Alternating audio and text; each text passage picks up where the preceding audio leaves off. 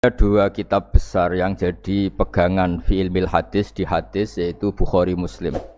Saya alhamdulillah tadi pagi ngaji Bukhari, sekarang saya mau ngaji Sahih Muslim tentang Mi'raj. Dari sekian cerita Mi'raj yang mungkin jarang disebutkan adalah riwayat di Sahih Muslim. Di kitab saya halaman 83 saya baca. Di antaranya dijelaskan falamma alau nasama ad-dunya. Jadi di peristiwa Mi'raj yang jarang diceritakan orang itu Rasulullah itu ketemu Nabi Adam. Dan Nabi Adam itu disebutkan di sini faidan an yaminihi aswidatun wa an yasarihi aswidatun. Dari sisi kanan itu ada kelompok besar, dari sisi kiri juga kelompok besar. Saya baca teks aslinya ya, tabarruk ya, supaya dapat berkah dari bahasa Rasulullah SAW. Ini cerita Nabi ketika ketemu Nabi Adam. Fa idza nazara qibala yaminih dhahika, wa idza nazara qibala shimalih baka. Nabi Adam ketika melihat ke kanan itu senyum-senyum, senang sekali. Tapi kalau melihat ke kiri itu nangis. Lalu Rasulullah SAW tanya ke malaikat Jibril, itu siapa? Itu Adam. Dan yang kelompok di kanan itu ahli surga. Maka beliau kalau melihat senang sekali, dan kalau yang di kiri itu ahli neraka, kalau beliau melihat itu susah sekali. Artinya apa? Betapa susahnya jadi Nabi Adam itu. Jadi kalau misalnya ada koruptor ketangkep gitu ya, yang nangkep ya cucunya, yang ditangkep juga cucunya. Kalau kita punya anak 10 itu, terus yang satu misalnya nyuri milik temannya, milik saudaranya itu, sing naboi ya anaknya, yang ditabui juga anaknya. Kayak apa tersiksanya seorang Nabi Adam? Karena nggak punya pilihan, pasti dari sekian kasus dolim dan mazlum, yang mendolimi maupun yang didolimi itu pasti anak cucunya. Jadi betapa susahnya seorang Nabi Adam. Jadi termasuk kearifan kita sebagai manusia itu belajar dari takdir yang kita hadapi, yaitu keterbatasan kita sebagai manusia. Kita harus bisa ngelola kegagalan, terima qadha qadar. Makanya kata Mbah Mun, abahnya Gus Yasin itu sering cerita ke saya, iman itu paling dhuwur itu iman qadha qadar khairihi wa syarrihi minallah. Kita harus punya kesiapan iman khairihi wa syarrihi minallah. Bahwa segala kebaikan, segala syar itu sudah digariskan oleh Allah Ta'ala. Kita bisa apa sebagai manusia? Jadi pertama Nabi Muhammad ketemu di as-sama'i dunya, langit paling dekat, itu ketemu Nabi Adam dengan kondisi seperti tadi. Kalau melihat ke kanan itu senyum, karena itu anak-anak beliau, turunan beliau yang ahli surga. Kalau melihat ke kiri itu nangis, karena itu cucu beliau yang ditakdir tidak jadi orang baik. Artinya kalau ada peristiwa sosial apa saja, yang satu zalim, yang satu mazlum, atau yang satu benar, yang satu salah, atau sama-sama benar tapi salah faham, itu semua adalah cucu Nabi Adam alaihis salam, dan itu membuat beliau kadang-kadang dohika, kadang-kadang senyum, kadang-kadang baka, kadang-kadang nangis. Jadi itu yang menjadikan tambahnya arifnya Rasulullah SAW. Saya teruskan. Qultu ya Jibril man hadza qala hadza Adam wa hadhil aswida an yamini wa an shimali nasamu bani. Fa ahlul yamin ahlul jannah wal aswida allati an shimali ahlun nar. Fa idza nazara qibala yamini dhahika wa idza nazara qibala shimalihi baka. Itu seperti misalnya kita punya anak 5, yang satu sukses jadi profesor doktor atau jadi orang alim, yang satu sekolah saja agak naik, misalnya sudah agak naik, ngentekno dunya itu nghabiskan harta itu kan. Tapi barokahnya itu mungkin kita mau jadi sombong tidak jadi gitu, karena punya anak yang enggak sukses. Mungkin barokahnya punya anak enggak sukses itu meredam keangkuhan kita, terus kita menjadi orang yang sopan dengan tetangga, dengan orang lain karena dipaksa punya hal-hal yang seperti itu. Jadi semua yang ditakdir Allah kalau kita ridho itu pasti baik. Karena ya kata yang ngarang kitab hikam itu, orang tawadhu itu kalau dinasihati pakai teks saja tidak cukup. Kalau punya utang tuh tawaduk sendiri gitu. Guyonannya orang-orang kiai gitu.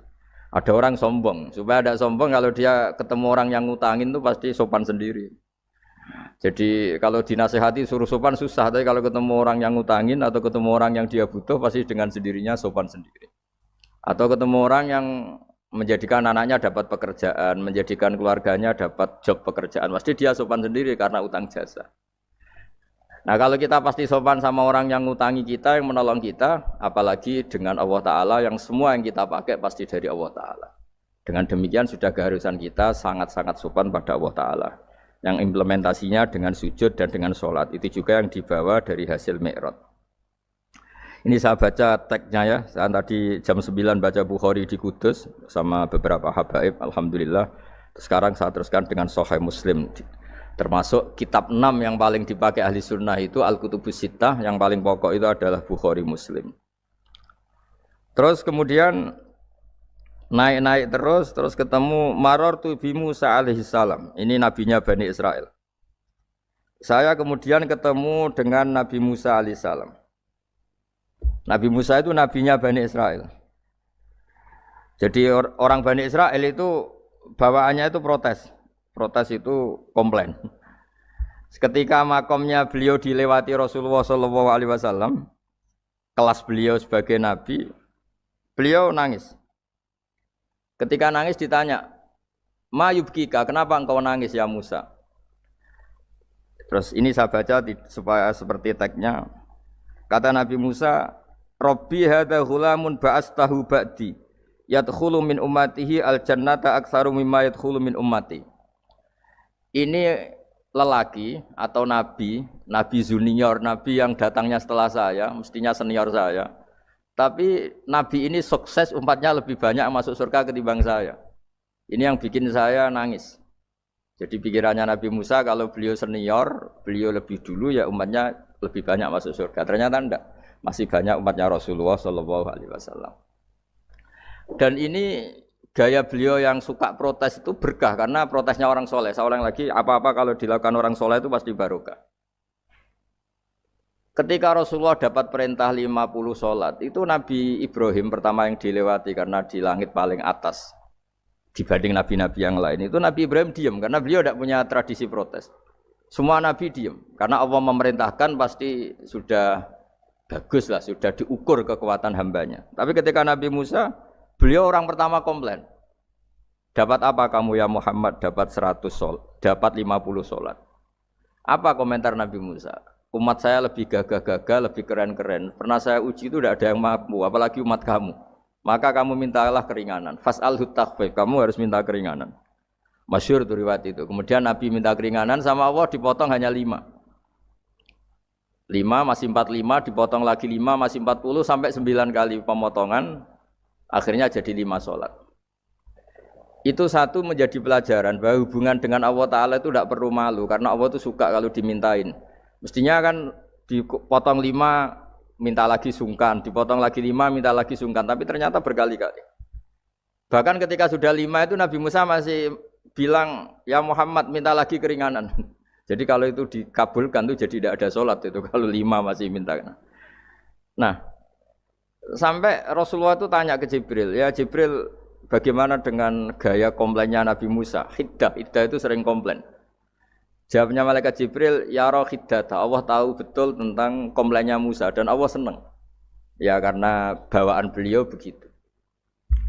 Ini penting saya utarakan bahwa dalam Islam itu orang yang lemah lembut, yang samahah, Awwahun halim kayak Nabi Ibrahim itu juga Allah suka. Yang suka komplain tapi demi hak bukan demi konflik. Saya ulang lagi, demi hak bukan demi konflik juga Allah suka. Itu kita menjadi dapat sholat yang hanya 5 itu barokahnya komplainnya Nabi Musa. Karena kita yang lemah ini diukur dengan umat beliau yang kuat. Ternyata umat beliau tidak kuat. Barokahnya tidak kuat itu dipakai tolak ukur apalagi umatmu ya Muhammad. Kemudian itu yang menjadikan Nabi sebagai orang yang sangat tawadhu karena yang merintahkan itu senior. Meskipun kita tahu Nabi Muhammad itu Sayyidul Awwalin wal Akhirin, tapi secara lahir, secara jusmani beliau lahir paling belakang dan secara lahir juga beliau Nabi paling terakhir. Jadi secara hukum adab beliau harus sopan. Tentu sopan itu jadi panutan kita. Meskipun kita tahu hakikat beliau adalah Sayyidul Awwalin wal Akhirin secara hakikat. Nanti kita bicara lebih jauh tentang jusmani dan ruhani. Nah akhirnya keturutan sampai 5 sholat yang kita lakukan sekarang itu barokahnya komplainnya Nabi Musa. Banyak di cerita-cerita kitab hadis Ketika Nabi Musa ngaji sama Nabi Khidir, itu komplainnya Nabi Musa menjadi fikih yang luar biasa, kata kitab Ibnu Hajar Al-Asqalani Fathul Bari. Ketika beliau ngaji sama Nabi Khidir, kemudian Nabi Khidir itu dipinjemin perahu sama masyarakat. Sudah dipinjemin karena beliau majanan ya, dikasih gratis. Tapi di tengah-tengah perjalanan perahunya itu dilubangi. Nabi Musa komplain, akhraq tahal itu khriqo ahla, masa kamu lubangin padahal kamu naik, nanti gimana, kamu sudah pinjem, enggak bayar, masih ngerusak lagi, itu apa-apaan. Nabi Khidir cari teks saja, ilmu kamu belum cukup untuk menganalisis ini. Begitu juga ada 3 peristiwa yang Nabi Musa itu selalu komplain. Apa yang dikatakan Ibnu Hajar Al-Asqalani itu kitab yang sangat bagus sekali. Justru dengan protes itu Nabi Musa punya kelas di atas Nabi Khidir. Karena orang enggak boleh sukut alal mungkar. Karena secara fikih orang itu tidak boleh mendiamkan sesuatu yang buruk. Kita tahu dalam aturan fikih, di antara kewajiban kita adalah ingkarul mungkar. Mengingkari sesuatu yang memang harus diingkari. Ya meskipun tentu tidak dengan sikap destruktif yang merusak dan apa. Tapi yang enggak baik tentu kita ingkari. Perilaku Nabi Khidir yang melubangi perahu yang tidak miliknya, padahal yang punya perahu sudah menonton, itu perilaku yang enggak baik. Sehingga Nabi Musa protes. Justru protesnya Nabi Musa ini menjadikan beliau selalu di kelas fikih terbaik, yaitu ingkarul mungkar, mengingkari barang yang harus diingkari. Tapi tentu Nabi Khidir juga enggak salah, karena beliau punya perhitungan, di depan nanti itu ada begal-begal, ada kekuatan yang enggak baik, yang selalu akan membegal perahu-perahu yang kondisinya sempurna. Nabi Khidir punya perhitungan, kalau ibarat mobil ini spionnya kok enggak dipecah, enggak diambil, itu termasuk mobil bagus, pasti digarong. Tapi gara-gara spionnya dipecah dulu sama Nabi Khidir, terus depannya dilumuri apa supaya enggak menarik, ini selamat. Jadi perhitungannya Nabi Khidir, wa kana wara'uhum maliku ya'khudhu kulla safinatin ghusba. Di beberapa tafsir diartikan safinah ay sholihah, karena di depannya nanti akan ketemu orang-orang yang dolim yang selalu ngambil perahu-perahu yang bagus. Caranya gimana supaya perahu itu gak diambil? Ya karena mereka hanya ngambil yang bagus, ya dirusak dulu supaya gak bagus. Kalau ya gak bagus nanti lolos dari garong tadi, dari pengambilan secara dolim tadi. Jadi Nabi Khidir gak salah karena ada visi seperti itu. Nabi Musa protes juga agak salah karena memang tugasnya fikih itu ingkarul mungkar, mengingkari barang yang memang enggak benar. Nah, di sini seperti yang dikatakan Gus Yassin, kita harus bisa ngelola perbedaan, ngelola beda sudut pandang dan sebagainya. Sehingga kita selalu dapat nikmat Allah Ta'ala, wa allafa baina qulubihim, nikmat yang kita asik, kita hidup asik, nyaman. Doa-doa bapak-bapak saya, guru-guru kita sering ijazahi setiap ketemu teman atau keluarga disuruh berdoa, Allahumma alif baina qulubina wa aslih dzata bainina. Semoga hubungan kita dengan orang lain itu baik-baik saja dan semua konflik kita dibenahi oleh Allah Subhanahu wa taala. Karena kita tidak pernah tahu ya. Kita miskin kadang dianggap problem karena takut membebani tetangga. Tapi kita kaya juga kadang dianggap problem karena orang lain takut kalah dengan kita. Kita tidak pernah tahu cara pandang orang lain. Jadi kadang-kadang kita menang gitu, sama yang senang dikira kita pemikir serius gitu. Tapi sama yang enggak senang dikira kita merengut. Kita guyon, kata yang senang itu luar biasa. Kita dianggap orang yang ceria. Bagi yang enggak senang dianggap arogan. Jadi kita tidak pernah bisa ngelola pikiran orang lain. Nah, barokahnya rahmat Allah yang tidak terbatas kita seperti ini. Dan itu digambarkan oleh Allah Ta'ala ketika ketemu antar Nabi itu. Cara pandang ya beda-beda. Nabi Ibrahim itu kalau melihat orang yang enggak benar, itu ya ngendikane faman tabi'ani fa innahu minni wa man asani fa innaka ghafurur rahim. Ya Allah, yang ikut saya ya karuan kelompok saya, yang tidak ikut saya semoga engkau banyak mengampuni mereka. Nabi Nuh beda sekali cara pandang. Nabi Isa ubudiyah murni. Ketika melihat orang yang enggak benar, beliau tidak ngambil sikap. Beliau ngendikan intu adzibhum fa innahum ibadu. Kalau engkau siksa nggih monggo Gusti, wong itu hamba-hamba jenengan, itu terserah jenengan. Wa in taghfir lahum, kalau engkau ampuni nggih monggo, jenengan yang punya pertimbangan lebih bijak. Dan itu yang dalam banyak hadis ketika Rasulullah SAW melihat umatnya di akhir zaman yang macam-macam, Nabi ngambil sikap kayak sikapnya Nabi Isa. Sebagian riwayat Nabi mengatakan fa aqulu kama qalal abdus sholeh. Saya akan ngambil sikap kayak sikapnya al-abdus sholeh. Di hadis itu diredaksikan, yaitu dengan redaksi intu adzibhum fa innahum ibaduk wa in taghfir lahum fa innaka antal azizul hakim. Ya saya teruskan. Kemudian Akhirnya Rasulullah Shallallahu Alaihi Wasallam sampai ke Sidratil Muntaha. Wa ra'aitu Ibrahim alaihi salam wa ana asbahu waladih bih. Ketika ketemu Nabi Ibrahim, hubungan Rasulullah itu sangat emosional. Beliau yang pertama diceritakan, saya ketika ketemu Nabi Ibrahim itu senang sekali karena ternyata saya ini cucu beliau, turunan beliau yang paling mirip beliau. Jadi ini unik dari sekian peristiwa besar, peristiwa langit. Kemudian Nabi ada hubungan emosional yang luar biasa ketika ketemu Nabi Ibrahim. Pertama yang dikatakan Nabi, wa ana asbahu waladihi. Saya adalah cucu yang paling mirip beliau. Dan ini kita tahu akhirnya di semua syariat kita istilah resminya itu anit tabi millata Ibrahim Hanifah. Di istilah resmi agama kita millata abikum Ibrahim, agama leluhur kamu Ibrahim. Kita ketika baca sholawat Allahumma sholli ala sayyidina Muhammad, terusannya juga kama shollaita ala sayyidina Ibrahim wa ala ali Ibrahim. Dan seterusnya dan seterusnya. Kemudian yang terakhir saya cerita secara akidah Ahlussunnah wal Jamaah yang dianut oleh Imam Asy'ari dan Maturidi. Meskipun secara lahir itu Nabi mengalami pertemuan dengan Allah di Sidratil Muntaha, tapi tetap saja kita cara pandang bahwa Allah Ta'ala itu mukhalafatul hawadis. Allah tidak bisa kamu andekan di satu tempat terus mengalami hal-hal yang kita alami sebagai makhluk. Sebab itu sirinya kenapa di surat Isra dimulai dari subhanalladzi. Allah tetap maha suci. Maha suci itu artinya terbebas dari yang kita alami. Allah selalu mukhalafatul hawadis. Allah la yahtaju ila makarin. Allah tidak butuh tempat. Allah tidak butuh waktu. Allah tidak butuh semua. Karena Allah itu qayyum. Allah itu qiyamuhu bi nafsihi, berdiri sendiri. Allah tidak butuh aras. Allah tidak butuh kursi. Tapi eksistensi kursi yang butuh Allah. Allah tidak butuh aras, tidak butuh kursi, tidak butuh langit. Semuanya itu berdiri karena Allah. Bukan sebaliknya Allah berdiri di atas semuanya. Sehingga kita mulai kecil diajari Allah itu siapa? Al-Qayyum. Kalau bahasa kita qiyamuhu bi nafsihi, selalu berdiri sendiri. Dan Allah itu Al-Ghaniyul Mutlaq, enggak butuh yang lain. Di sini pentingnya selalu Nabi ngendikan subhanallah subhanallah, wiridanya tetap Allah itu maha suci, Allah maha besar, Allah maha agung, dan keagungannya diantara ditandai dia punya sifat yang tidak sifat kita. Dia punya keabadian yang tidak bisa kita miliki. Dia punya semuanya yang tidak kita miliki. Itu sebab itu dimulai subhanalladzi asra bi abdi lailam minal masjidil haram. Jadi kata subhana ini maha suci itu maha suci dari tempat, dari waktu, dari apa saja. Meskipun Allah punya adat, punya sunnah memperlakukan hambanya itu dengan logika atau bayangan yang dibayangkan seorang hambanya.